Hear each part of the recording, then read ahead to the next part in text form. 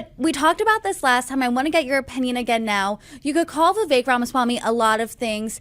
I don't think you could necessarily call him likable in his performance last night and perhaps the past few debates. So is there any candidate you saw up there that's particularly likable, someone you could grab a beer with? Because that's really what voters are looking for too. Tim Scott has continued to miss his opportunity. He was one of the 5 people on stage and will be largely forgotten from last night.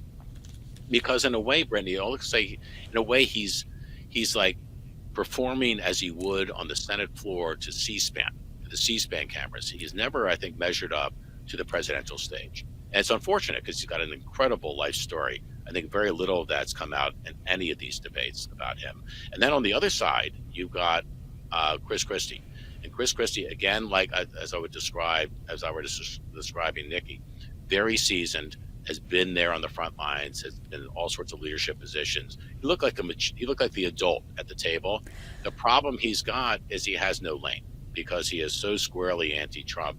Even though he dialed that back a lot last night, he just doesn't have an opportunity to see, light at the end of that proverbial tunnel. So, no one, and I think among the 5, is the one I would rush to have a beer with right now.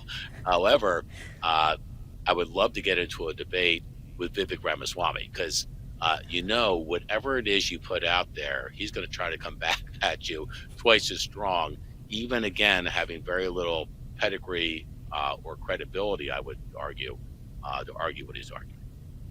And something that he said last night that he believes is that the Republican Party has become the party of losers. And election night on Tuesday wasn't exactly a winning night for Republicans in Kentucky, in Virginia, in Ohio when it comes to abortion. So how does that fit in here when we're talking about 2024? Well, I think actually Vivek has a point there that, the party did not have a good 20 or 22 and 23 was at best a mixed bag. I mean, in Virginia, they actually gained a Senate seat. It's lost in all the furor of it. It was a horrible night. Republicans actually picked up a Senate seat. I think they're one back in the state Senate.